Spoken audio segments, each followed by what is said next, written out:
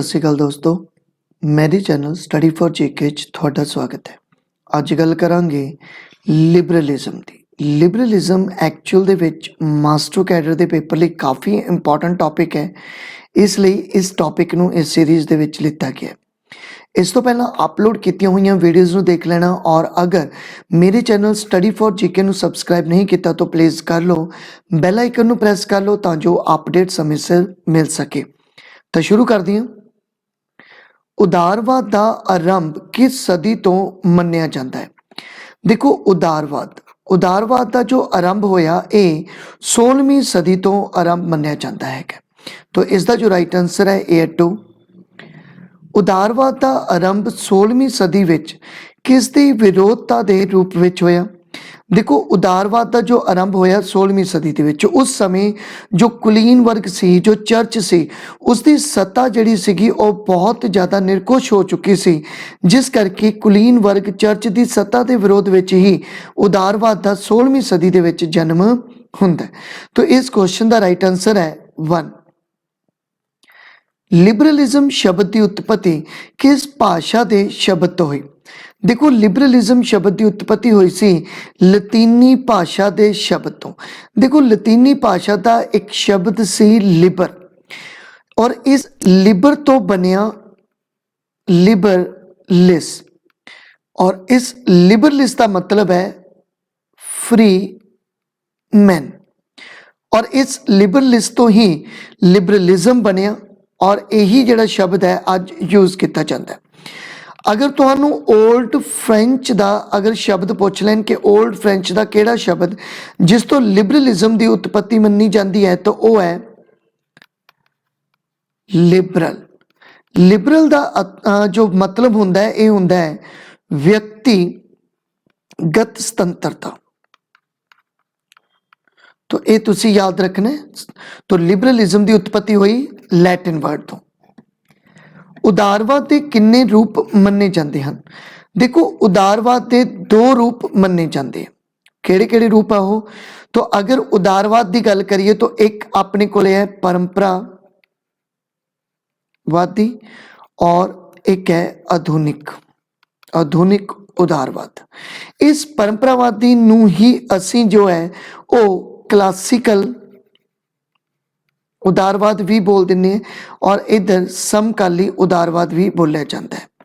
और इसे नूं ही असी नकारात्मक मतलब परंपरावादी नूं ही असी नकारात्मक उदारवाद भी बोल दें हैं, और उधर मॉडर्न उदारवाद के नाम नाल आधुनिक नूं जाने जाता है।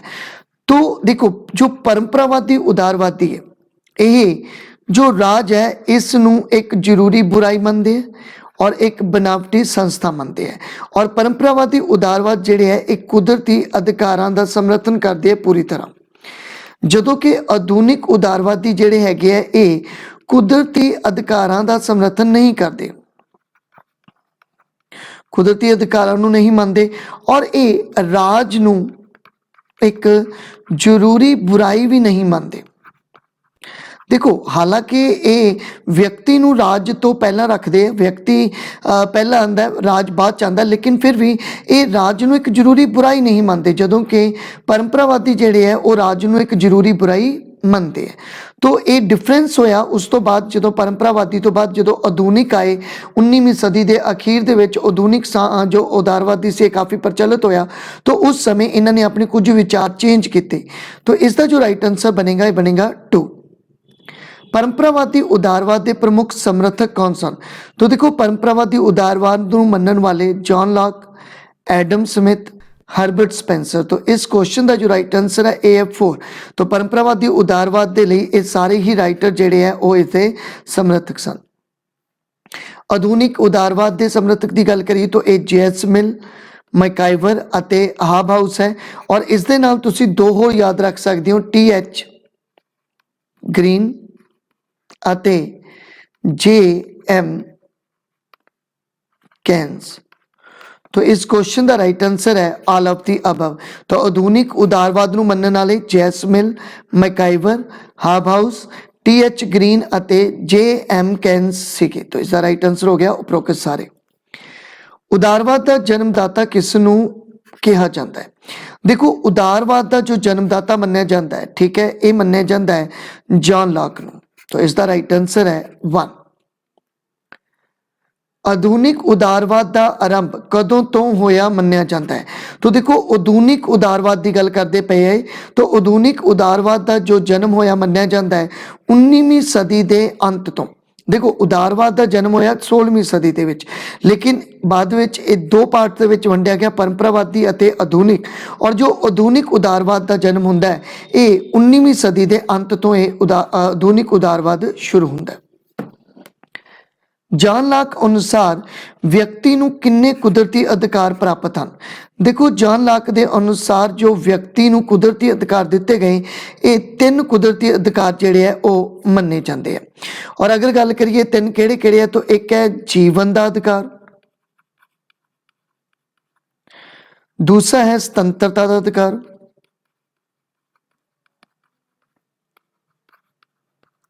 और तीसरा जो है वो है संपत्ति का अधिकार। तो ये 3 अधिकार ਜਿਹੜੇ ਸੀਗੇ ਜੌਨ ਲੌਕ ਦੇ ਅਨੁਸਾਰ ਵਿਅਕਤੀ ਨੂੰ ਪ੍ਰਾਪਤ ਹੈ। ਜੌਨ ਲੌਕ ਨੇ ਕਿਸ ਕੁਦਰਤੀ ਅਧਿਕਾਰ ਤੇ ਸਭ ਤੋਂ ਵੱਧ ਜ਼ੋਰ ਦਿੱਤਾ? ਤੇ ਦੇਖੋ ਜੌਨ ਲੌਕ ਨੇ ਕੁਦਰਤੀ ਅਧਿਕਾਰ, ਕਿਹੜਾ ਕੁਦਰਤੀ ਅਧਿਕਾਰ ਜੀ ਤੇ ਸਭ ਤੋਂ ਜ਼ਿਆਦਾ ਜ਼ੋਰ ਦਿੱਤਾ? ਤਾਂ ਉਹ ਹੈ ਸੰਪत्ति ਦਾ ਅਧਿਕਾਰ। तो इसका राइट आंसर है 3। संसार के 2 प्रमुख उदारवादी देश किहड़े है? देखो किहड़े देश है जिथे सब तो ज़्यादा उदारवाद जिहड़ा सीगा वो प्रफुल्लित होया? तो वो है अमेरिका अते इंग्लैंड। तो इसका जो राइट आंसर है ए 1। किस देश नूं उदारवाद का घर कहा जाता है? देखो सब तो पहला जो उदारवाद की शुरुआत हुई सीगी ये हुई सी इंग्लैंड तो इसका जो राइट आंसर है ए है 2। और याद रख लो कि इंग्लैंड ਦੇ ਵਿੱਚ 1688 ਦੇ ਵਿੱਚ ਜੋ ਕ੍ਰਾਂਤੀ ਹੋਈ ਸੀ, ਇਹੀ ਕਾਰਨ ਸੀ ਕਿ ਇੰਗਲੈਂਡ ਦੇ ਵਿੱਚ ਜੋ ਸੀ ਉਦਾਰਵਾਦ ਦਾ ਜਨਮ ਹੁੰਦਾ ਹੈ। ਉਦਾਰਵਾਦ ਦੀ ਵਿਰੋਧੀ ਵਿਚਾਰਧਾਰਾ ਹੈ। ਦੇਖੋ ਉਦਾਰਵਾਦ ਦਾ ਜਨਮ ਜਿਹੜਾ ਹੁੰਦਾ ਹੈਗਾ ਉਹ ਮਾਰਕਸਵਾਦ ਦੇ ਵਿਰੋਧ ਦੇ ਰੂਪ ਵਿੱਚ ਹੁੰਦਾ ਹੈ। ਤਾਂ ਉਦਾਰਵਾਦ ਦੀ ਜੋ ਵਿਰੋਧੀ ਵਿਚਾਰਧਾਰਾ ਹੈ ਉਹ ਹੈ ਮਾਰਕਸਵਾਦ। किस दे अनुसार राज का उद्देश्य व्यक्ति का नैतिक विकास करना है? देखो किसने कहा कि राज का जो मुख्य उद्देश्य है वो व्यक्ति का नैतिक विकास है? तो ये है प्रोफैसर लास्की। तो इसका जो राइट आंसर है ये है 1। प्रोफैसर लास्की के अनुसार ही राज का उद्देश्य व्यक्ति का नैतिक विकास करना है। लिबरलिज्म किताब के लेखक कौन हैं? तो देखो लिबरलिज्म किताब के जो लेखक है ये है LT हाबहाउस। तो इसका जो राइट आंसर है ये है 1। किस दे विचारां नाल उदारवाद की उत्पत्ति हुई? देखो किस दे विचार सी जिन्हां ने उदारवाद नूं जन्म दिता? तो वो है थॉमस हॉब्स। तो इसका राइट आंसर है 1। देखो आपा पढ़े है कि उदारवाद के जो फादर है वो जॉन लॉक है, लेकिन अगर पूछ लें कि विचार किन्हां दे सी जिन्हां करके उदारवाद का जन्म होया? तो वो है थॉमस हॉब्स। तो इस क्वेश्चन का राइट आंसर बन जाएगा 1। आर्थिक उदारवाद का समर्थक कौन है? तो देखो आर्थिक उदारवाद के समर्थक है एडम स्मिथ। तो इसका राइट आंसर है 1। समाजिक उदारवाद का समर्थक कौन मन्या जाता है? तो देखो समाजिक उदारवाद का समर्थक मन्या जाता है हाबहाउस। तो इस क्वेश्चन का राइट आंसर है 4। इन्हां विचों केड़ी एक उदारवाद की विशेषता नहीं? तो देखो इन्हां विचों केड़ी उदारवाद की एक विशेषता नहीं? तो वो है बुर्जुआ राज। तो इसका राइट आंसर है 3। देखो उदारवाद की विशेषता किहड़ियां-किहड़ियां? कल्याणकारी राज की प्रैफरेंस दिंदे है, प्रतिनिधि सरकार चाहते हैं, सीमित सरकार चाहते हैं, लेकिन बुर्जुआ राज इन्हां दी जो विशेषता वो नहीं मन्नी जाती। तो इसका राइट आंसर हो गया 3। उदारवाद ते सब तो ज़्यादा प्रभाव किसका पिया? देखो उदारवाद ते जो सब तो ज़्यादा प्रभाव पिया सी ये पिया सी 16वीं सदी की पुनर जागृति का।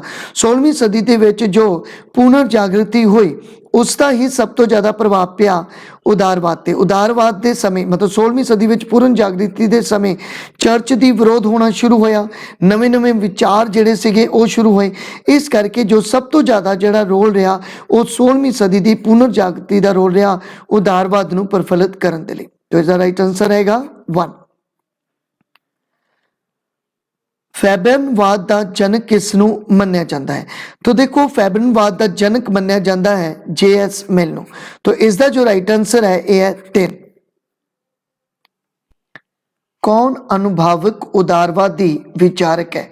देखो किसनों जो है वो अनुभवक उदारवादी विचारक मन्निया जाता है, तो उसका राइट आंसर है रॉबर्ट डाल। तो रॉबर्ट डाल ही जो है वो अनुभवक उदारवादी के रूप में जिहड़े है वो मन्ने जाते हैं। तो इस क्वेश्चन का राइट आंसर 3। किस किताब नूं आर्थिक उदारवाद की बाइबल कहा जाता है? तो देखो जो एडम स्मिथ की ही लिखी हुई बुक है wealth of nation, wealth of nation. तो ये बुक जो लिखी सी ए एडम स्मिथ ने ही जो ये बुक लिखी सी, और इस बुक नूं ही जिहड़ा है वो आर्थिक उदारवाद का बाइबल मन्निया जाता है।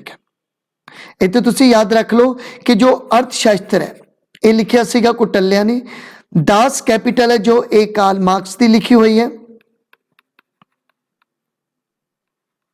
और मेरा संघर्ष जो है ये जो लिखी गई है बुक ये हिटलर की बुक लिखी गई है। तो ये सारियां बुक ही इंपॉर्टेंट है। अर्थशास्त्र कुटलिया जिसनों तुसी चाणक्य भी बोलते हो उसने लिखी हुई है, दास कैपिटल कार्ल मार्क्स की, अते मेरा संघर्ष जो है वो हिटलर की बुक है। तो इस क्वेश्चन का जो राइट आंसर है वो है 1। ऑन लिबर्टी के लेखक कौन है? तो देखो ऑन लिबर्टी जो लिखी गई है ये लिखी गई है JS मिल की। तो इसका जो राइट आंसर है ये है 1। इंग्लैंड की क्रांति किस साल होंदी है? देखो जो इंग्लैंड की क्रांति हुई सी ये हुई सी 1688 दे विच। तो इस क्वेश्चन का राइट आंसर है 1। अगर तुहानूं पुछ लैन कि अमरीका की जो क्रांति हुई ये कदों हुई, तो ये हुई 1776 दे विच। और अगर पुछ लैन कि फ्रांस की जो क्रांति हुई ये कदों हुई, तो ये हुई सी 1799 दे विच। ठीक है। और अगर 1990 की डेट याद रखनी है तो तुसी कह सकते हो कि USSR का जिहड़ा सी विघटन होया सी 1990 दे विच। 1990 दे विच USSR टुट गया सीगा अलग अलग छोटे छोटे देशों के विच। तो इस क्वेश्चन का जो राइट आंसर बनेगा वो बनेगा 1। इंग्लैंड की क्रांति 1688 दे विच हुई सी, और इसे क्रांति करके ही जिहड़ा सी वो उदारवाद का जन्म हुंदा है इंग्लैंड दे विच, और इंग्लैंड नूं उदारवाद का घर मन्निया जाता है। तो इस क्वेश्चन का right answer 1। Principle of political economy किसकी रचना है? तो देखो प्रिंसिपल ऑफ पॉलिटिकल इकोनॉमी जो JS मिल की रचना है। तो इस क्वेश्चन का राइट आंसर है 1। उदारवाद का मौलिक सिद्धांत केड़ा है? देखो उदारवाद का जो मौलिक सिद्धांत है वो है व्यक्तिगत स्वतंत्रता। ये उदारवाद जो है ये व्यक्ति को पूरी स्वतंत्रता देने के पक्ष में सन, और राज जिहड़ा है उसनों एक जरूरी बुराई जिहड़ी है ये मनते सन। तो इस क्वेश्चन का राइट आंसर है 1।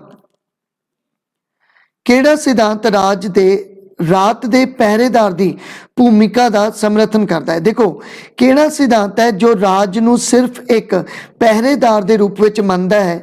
ठीक है, तो वह है उदारवादी सिद्धांत। तो इस क्वेश्चन का राइट आंसर है 1। नव उदारवादियों की इच्छा स्वतंत्रवादी विरोधी है क्योंकि? देखो नव उदारवादियों की जो इच्छा है ये स्वतंत्रवादियों के विरोधी है क्योंकि क्यों की कारण है कि जो नव उदारवादी है वो स्वतंत्रवादी के विरोधी बनते हैं, तो वह है एकाधिकार से प्रतिबंध करके। तो इसका राइट आंसर है 3। नव उदारवादी जो है वो एकाधिकार से प्रतिबंध लगाने के पक्ष में हैं, तो इस करके ये स्वतंत्रवादियों के विरोधी बन जाते हैं। तो इस क्वेश्चन का राइट आंसर है 3। राल्स का उदारवाद आधारित है? देखो राल्स का जो उदारवाद है उस पर सब तो ज़्यादा प्रभाव पिया सी कांट दे रचनात्मकवाद का। तो इस क्वेश्चन का जो राइट आंसर बनेगा ये बनेगा 4। Theory of roll back state नाल किस नूं जोड़िया जा सकता है? तो देखो theory of roll back state जिहड़ा है उसका संबंध है उदारवाद के नाल। तो इस क्वेश्चन का राइट आंसर है 1। तो thank you for watching. Please मेरे चैनल स्टडी फॉर जीके को सब्सक्राइब कर लो, बैल आइकन को प्रेस कर लो ताकि अपडेट समय से मिल सके, और इस सीरीज़ दी वीडियोज़ को देखने लिए मेरे नाल जुड़े रहो। तो थैंक यू।